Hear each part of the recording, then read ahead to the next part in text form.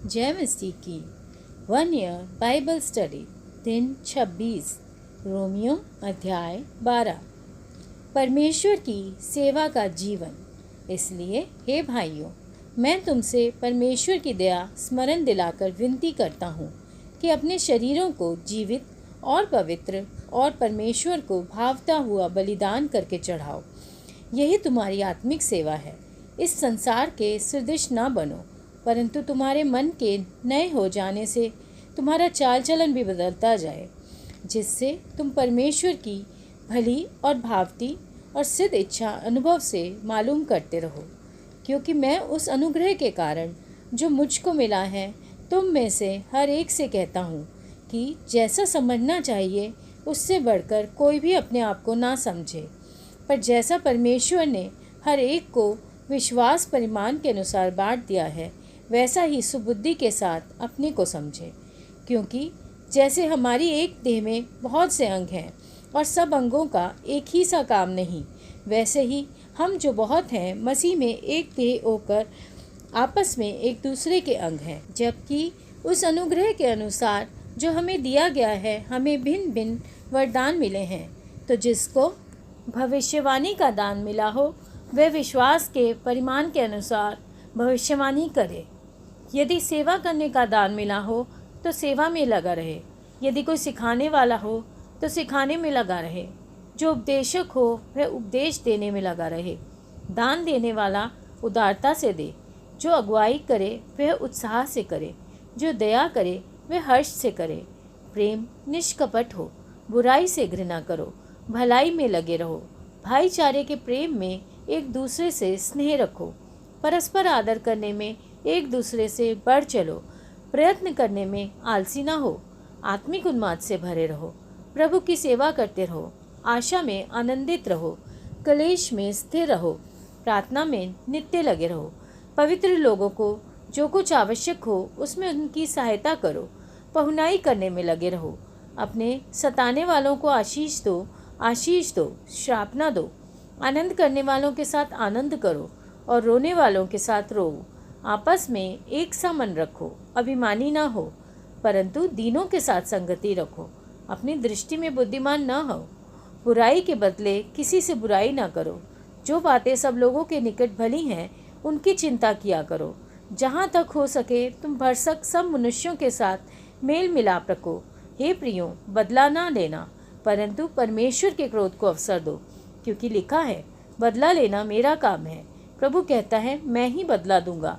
परंतु यदि तेरा बैरी भूखा हो तो उसे खाना खिला, यदि प्यासा हो तो उसे पानी पिला, क्योंकि ऐसा करने से तू उसके सिर पर आग के अंगारों का ढेर लगाएगा। बुराई से ना हारो, परंतु भलाई से बुराई को जीत लो। भजन संहिता अध्याय 13। संकट के समय सहायता के लिए प्रार्थना। हे परमेश्वर, कब तक? क्या तू सदैव मुझे भूला रहेगा? तू कब तक अपना मुखड़ा मुझसे छिपाए रहेगा? मैं कब तक अपने मन ही मन में युक्तियाँ करता रहूं और दिन भर अपने हृदय में दुखित रहा करूं? कब तक मेरा शत्रु मुझ पर प्रबल रहेगा? हे मेरे परमेश्वर यहोवा, मेरी ओर ध्यान दे और मुझे उत्तर दे। मेरी आँखों में ज्योति आने दे, नहीं तो मुझे मृत्यु की नींद आ जाएगी। ऐसा न हो कि मेरा शत्रु कहे मैं उस पर प्रबल हो गया, और ऐसा न हो कि जब मैं डगमगाने लगूं तो मेरे शत्रु मगन हो।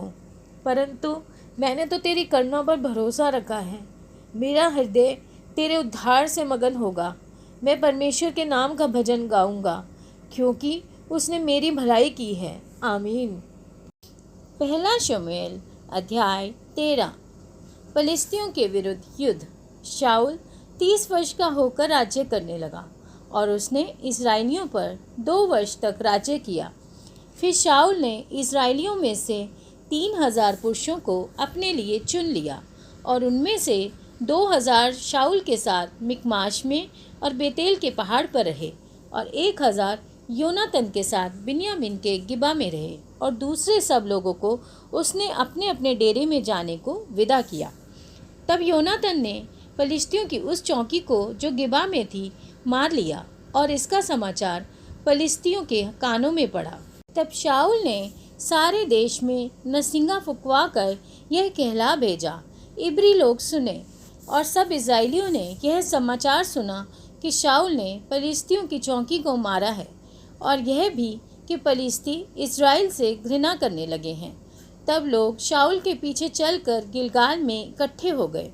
पलिश्ती इज़राइल से युद्ध करने के लिए इकट्ठे हो गए, अर्थात 30,000 रथ और 6,000 सवार, और समुद्र के तीर की बालू के किनकों के समान बहुत से लोग इकट्ठा हुए और बेतावेन के पूर्व की ओर जाकर मिकमाश में छावनी डाली। जब इज़राइली पुरुषों ने देखा कि हम सकेती में पड़े हैं और सचमुच लोग संकट में पड़े थे, तब वे लोग गुफाओं, झाड़ियों, चट्टानों, गड्ढियों और गड्ढों में जा छिपे, और कितने इब्री यरदन पार होकर गाद और गिलाद के देशों में चले गए, परंतु शाऊल गिलगाल ही में रहा और सब लोग थरथराते हुए उसके पीछे हो लिए।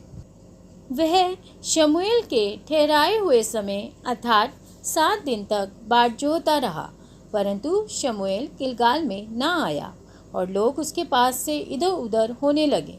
तब शाऊल ने कहा, होम बलि और मेल बलि मेरे पास लाओ। तब उसने होम बलि को चढ़ाया। जो ही वह होम बलि को चढ़ा चुका तो क्या देखता है कि शमूएल आ पहुंचा और शाऊल उससे मिलने और नमस्कार करने को निकला। शमूएल ने पूछा, तूने क्या किया? शाऊल ने कहा, जब मैंने देखा कि लोग मेरे पास से इधर उधर हो चले हैं और तू ठहराए हुए दिनों के भीतर नहीं आया और पलिश्ती मिकमाश में इकट्ठा हुए हैं, तब मैंने सोचा कि पलिश्ती गिलगाल में मुझ पर अभी आ पड़ेंगे, और मैंने यहोवा से विनती भी नहीं की है। अतः मैंने अपनी इच्छा ना रहते भी होम बलि चढ़ाया। शमूएल ने शाऊल से कहा, तूने मूर्खता का काम किया है। तूने अपने परमेश्वर यहोवा की आज्ञा को नहीं माना, नहीं तो यहोवा तेरा राज्य इस्राएलियों के ऊपर सदा स्थिर रखता। परंतु अब तेरा राज्य बना ना रहेगा। यहोवा ने अपने लिए एक ऐसे पुरुष को ढूंढ लिया है जो उसके मन के अनुसार है, और यहोवा ने उसी को अपनी प्रजा पर प्रधान होने को ठहराया है, क्योंकि तूने यहोवा की आज्ञा को नहीं माना। तब शमूएल चल निकला और गिलगाल से बिन्यामीन के गिबा को चला, और शाऊल ने अपने साथ के लोगों को गिनकर कोई 600 पाए, और शाऊल और उसका पुत्र योनातन और जो लोग उसके साथ थे वे बिन्यामीन के गिबा में रहे, और पलिश्ती मिकमाश में डेरे डाले पड़े रहे। और पलिश्तियों की छावनी से आक्रमण करने वाले 3 दल बांध कर निकले। एक दल ने शुआल नामक देश की ओर फिर के ओप्रा को मार्ग लिया, एक और दल ने मुड़कर बेथरोन का मार्ग लिया, और एक और दल ने मुड़कर उस देश का मार्ग लिया जो सबोईम नामक तराई की और जंगल की तरफ है। इज़राइल के पूरे देश में लोहार कहीं नहीं मिलता था, क्योंकि पलिश्तियों ने कहा था, इब्री तलवार या भाला बनाने ना पाए। इसलिए सब इज़राइली अपने अपने हल की फाल और भाले और कुल्हाड़ी और हंसुआ तेज़ करने के लिए पलिश्तियों के पास जाते थे, परंतु उनके हंसुओं, फालों, खेती के त्रिशूलों और कुल्हाड़ियों की धारें और पैनों की नोकें ठीक करने के लिए वे रेती रखते थे। इसलिए युद्ध के दिन शाऊल और योनातन के साथियों में से किसी के पास ना तो तलवार थी और ना भाला। वे केवल शाऊल और उसके पुत्र योनातन के पास थे। और पलिश्तियों की चौकी के सिपाही निकलकर मिकमाश के दर्रे को गए। आमीन।